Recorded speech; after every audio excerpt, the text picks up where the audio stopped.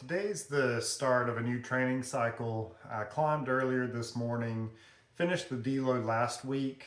Um, I didn't record it then. I didn't know that it'd really be interesting, but I'll probably record the next one just in case people aren't familiar with it. It'll give you some ideas on how you can still kind of train a little bit, which can be helpful because you still get some movement going, but how to make sure it's easy enough to where you can recover from it at the same time. In general, for me, I'll do less of everything, and then if I'm really tired or feel like I need it or something else is going on, I'll just take the time off and not work out. Period, and that works just as well too. Um, One of the things I learned in that last cycle is that the really heavy weights for the lower body, that kind of tires me out, so I can't really add too many sets there. So I'll probably keep things at like 2 sets for it. That seemed to work pretty good last time, so we'll try it out this time and see. I did want to try something, or I do want to try something different this time. I didn't feel like my shoulders were maybe getting quite enough work, so I'm going to try a split that I used before that had like 4 days, 1 day off, another 4 days, a day off. And if I need to, I can add another rest day in between there. I think it can still work out pretty well with climbing and trying to. Probably can't get in a whole lot of sprint work right now. It's right in the middle of winter. It's really cold. It's just weather hasn't cooperated either. It's either been rain or we even had a little bit of snow. So I can at least do some things kind of in the gym to help out with things and hopefully prepare for when the weather does improve and I can get out. But I'll give this a shot and see if it doesn't work, then I'll switch to something that does work. I know that kind of 3 on 1 off, 2 on 1 off will work well and coincide with days I can get out to the track when that time comes. So today will be more, I've already done a little bit of grip work. I've got a video of that. I did it after climbing, just one exercise. And then today is going to be back and shoulders. And so we'll record everything. Let's get started.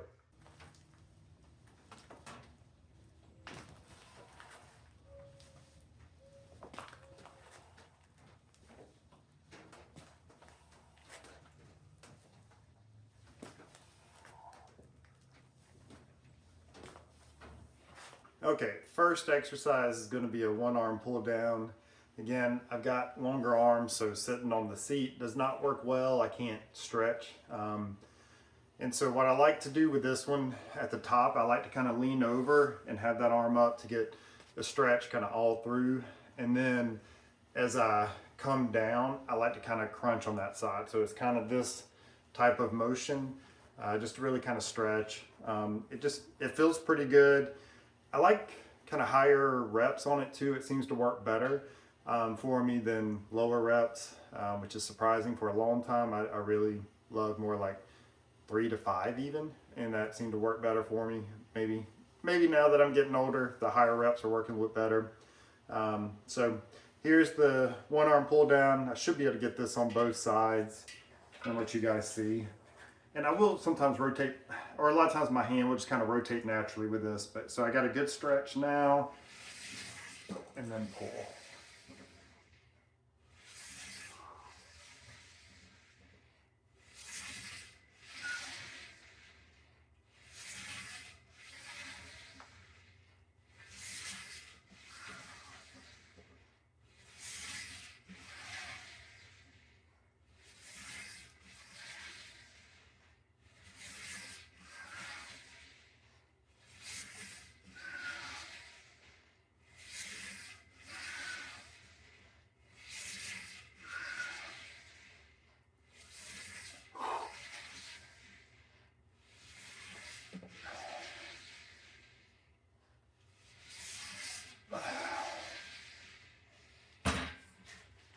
All right, let's do the other side.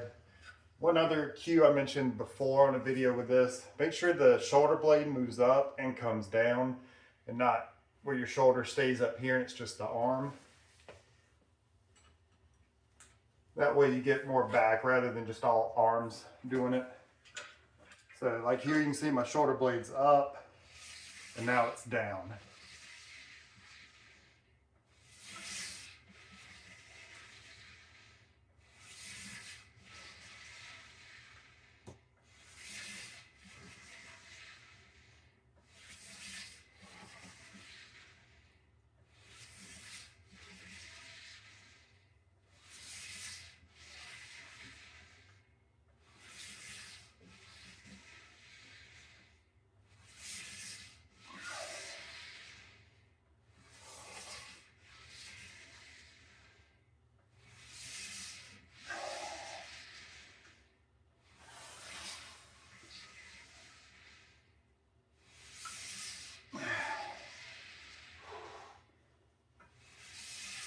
All right, one set down. For the sake of time today, I'm gonna superset the one arm pull down with an incline side raise. Again, I like this one because it'll get a stretch on the shoulder in that bottom part and have some tension there. Whereas like the regular just standing or seated, there's really no tension here. That's up here where it really gets hard with the weight. So it's just a good variation. Seems to work well for me too, so I'll keep it in my training cycles. So here we go.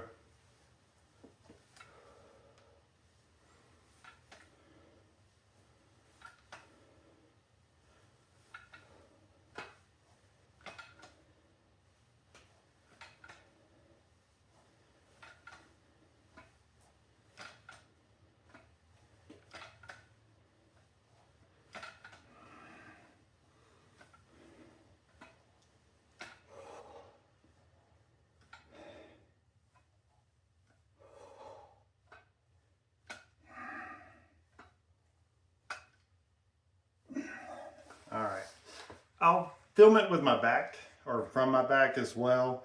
I'm not sure if it'll look any different, but just in case it does and it's helpful for you guys.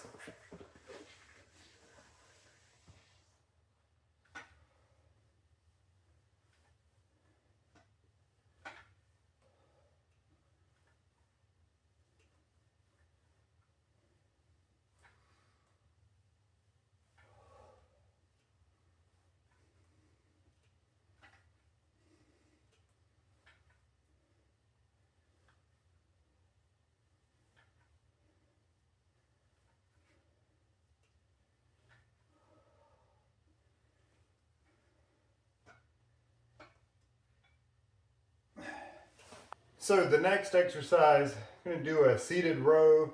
It's going to be a little bit wider grip. I do like to round kind of my mid back and upper back and then arch it to get some action in the paraspinal muscles there. Feels pretty good. I would say, if you have back issues, be careful. This can be done without doing anything to your lower back. If you've already got some issues there, this might not be the best thing for you, but it works pretty well for me. I don't have any history of issues, so it's definitely safe. So just keep this in mind. Don't want anybody getting hurt. Get it cleared if you need to. But here we go. So kind of round, upper, middle back, and then pull back and arch. Or just extend. You can't really arch middle back.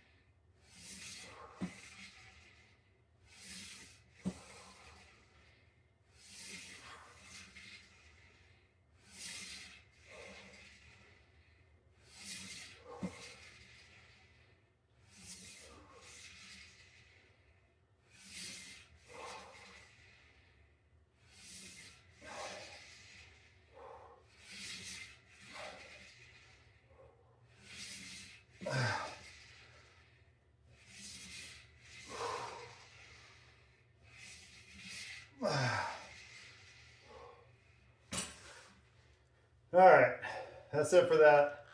Now, seated dumbbell upright rows. All right, it's getting warm in here working out, so had to loose the hoodie. But now the seated dumbbell upright rows, again, coming narrow tends to bother my shoulder, so I go out kind of wide. So I guess it's, in a sense, it's kind of a mix between like a bent arm lateral, but I'm kind of pulling up, so it is a little bit more of a upright row motion. I do like just a little bit of body sway with it. It just seems to kind of clear my legs easier.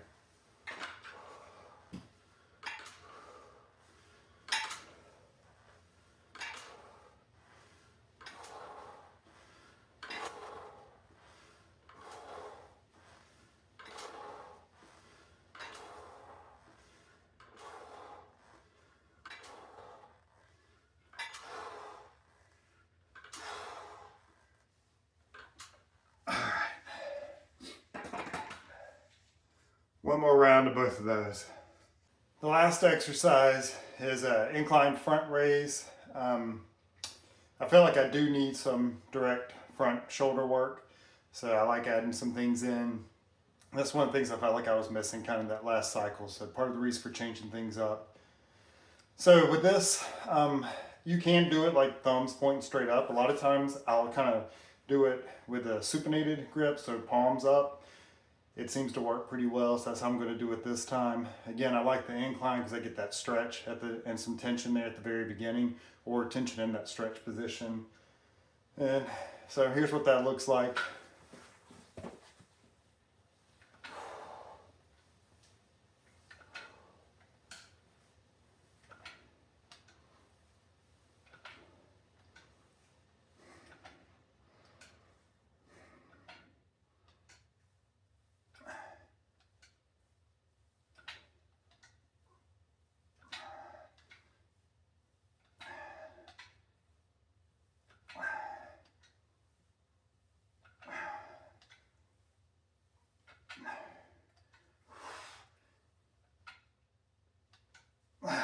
All right, one more set and I'm done. Okay, that's the end for today. So I just did one set of the full crimp pull-ups after my climbing wall session this morning. I'm just doing that to try to get used to that position. So I did reset between each rep just to make sure I had it. Because I feel like a lot of times I end up just kind of down here in a half crimp position rather than up on it. So I'm really just kind of using that, not so much to get stronger, but to kind of learn that technique. Because I've avoided full crimp most of the time climbing. It just doesn't feel comfortable to me. I mean, for a long time I did pretty much everything open hand, but probably half crimp is probably better for me now. So anyway, that just did one set of those, and I'll maybe add in another set, but that'll probably be it. Since there's so much small handholds on this day of climbing, I'm getting some grip strength from that. I don't need to add too much more in. I went fairly hard today for the first time through a new training cycle, but based on the last one, I'll probably only get about 3 weeks or so before I have to do a deload based on the lower body work and those heavier weights. When I'm doing a hypertrophy training phase or a cycle, I tend to like to start a little bit easier. It's that way I can extend that cycle longer, probably for 6 weeks, maybe even a little bit longer than that, and then have to take a deload. So in this case, I'm going a little bit harder to start with. I'll be able to progress some and then deload a little bit sooner than I would in that hypertrophy cycle. But there's some similarities with the lower body stuff and work from Dr. Saluya and all that he shared and I've done before in the past. It's worked well. I'll talk a little bit more about that tomorrow when I do my lower body stuff. But that's it for today. Oh, one other thing with the front raises, the incline front raises, by kind of having that hand in that supinated position, it does tend to clear the biceps tendon. So if you're having any kind of tendonitis up here, especially from doing things like this maybe, doing it that way with that hand position versus here might be helpful. Normally thumb up helps to clear everything pretty good, but this does even more. So something you might want to try, see if it helps you out. But I think that's it for today. So I'm gonna rest, go feed Buster.